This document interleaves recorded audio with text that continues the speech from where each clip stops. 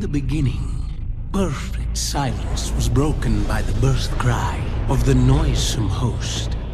First came Stentorus, the deep one, the manifestation of tectonic thunder and rage.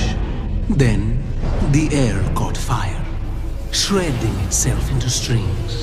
They were gathered by cacophony, the mad one who bent the insanity of the cosmos to their will. Mortals banded together in worship of these gods, and in time their voices swelled into a single devastating scream.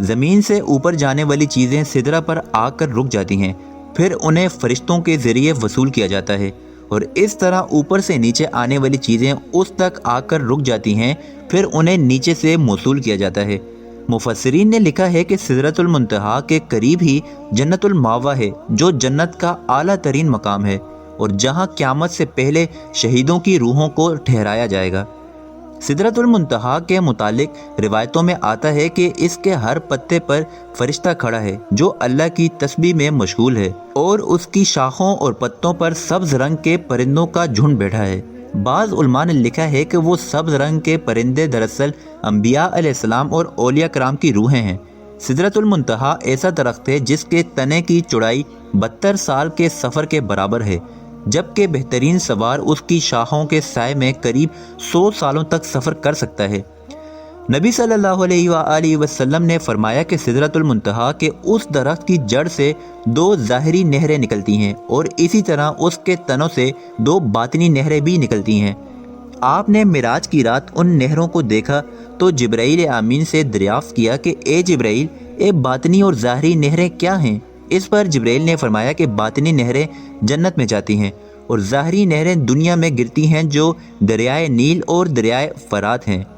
شمالی افریقہ میں بہنے والا دریائے نیل دراصل یونانی لفظ نیولس سے نکلا ہے، جس کے معنی وادی کے ہیں۔ یہ دنیا کا سب سے لمبا دریا ہے، جس کی لمبائی 6000 کلومیٹر سے بھی زیادہ ہے۔ دریائے نیل مصر کے سرزمین سے گزرتا ہے اور وہاں کے باشندوں اور زراعت کے لیے اہم مقام رکھتا ہے۔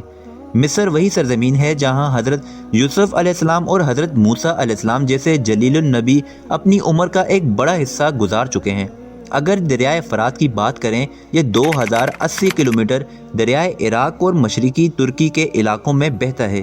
یہ وہی دریا ہے جس کے کنارے نبی صلی اللہ علیہ وآلہ وسلم کے پیارے نواسے امام حسین علیہ السلام کو کربلا نامی مقام پر شہید کیا گیا تھا، اور احادیث کے مطابق آپ صلی اللہ علیہ وآلہ وسلم نے قیامت کے قریب اسی دریائے فرات سے سونے کے خزانے یا پہاڑ کے نکلنے کی پیشنگوئی کی ہیں۔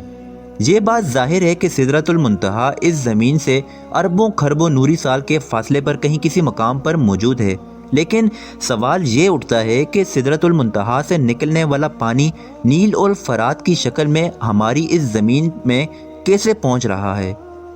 ہماری اس زمین پر پانی کہاں سے آیا؟ یہ ہمیشہ سے سائنسدانوں کے لیے ایک اہم سوال بن رہا ہے۔ کچھ سائنسدانوں کا سوال ہے کہ زمین پر پانی اس وقت سے موجود ہے جب سے یہ زمین وجود رکھتی ہے، جبکہ حال ہی میں ہونے والے ایک تحقیق سے یہ بتایا گیا ہے کہ شاید زمین پر پانی آج سے اربوں سال پہلے کے خلا سے آنے والے سحاب ثاقب یہ میٹرائٹ کے ذریعے لایا گیا تھا، اور 3 ارب سال سے پانی اس زمین میں موجود ہے۔ اب سوال یہ ہے کہ وہ سحاب ثاقب جو اربوں سال پہلے اس زمین پر گرے تھے، پانی کو یہاں لانے کے ذریعہ بنے، کیا وہ اس جگہ سے آئے تھے جہاں سے سدرۃ المنتہا موجود ہے؟ ایک نظریے کے مطابق سدرۃ المنتہا کی جڑ سے نکلنے والی وہ نہریں اس دنیا میں غیبی راستے کے ذریعے آتی ہیں، جسے جدید سائنس کی زبان میں وارم ہول یا پورٹلز کہا جاتا ہے۔ یہ وہ راستہ ہے جس کے ذریعے ہم لاکھوں کروڑوں دور کسی جگہ پر ایک مخصوص دروازے کے ذریعے چند سیکنڈز میں پہنچ سکتے ہیں۔ یوں محسوس ہوتا ہے کہ ان نہروں کو اس دنیا میں لانے کے لیے اللہ کے حکم سے ان ہی راستوں کا استعمال کیا جاتا ہے۔ قرآن مجید میں ایک سورہ المعارج کے نام سے یہ موجود ہے کہ جس کے معنی سیڑھیاں یا آسمان پر جانے کا راستہ ہے، یعنی ایسے راستے جو اس زمین کو کسی اور ہی دنیا کے ساتھ کنیکٹ کر رہے ہوں۔ جیسا کہ اللہ نے سورہ معارج میں فرمایا، اللہ کی طرف سے ایسے راستے جنہیں فرشتے اور روحیں استعمال کرتی ہیں تاکہ وہ اوپر کی طرف چڑھ سکیں۔ آخر یہ راستے کون سے راستے ہیں، اور کیا نیل و فرات انہی راستوں سے اس دنیا میں آ کر بہتے ہیں؟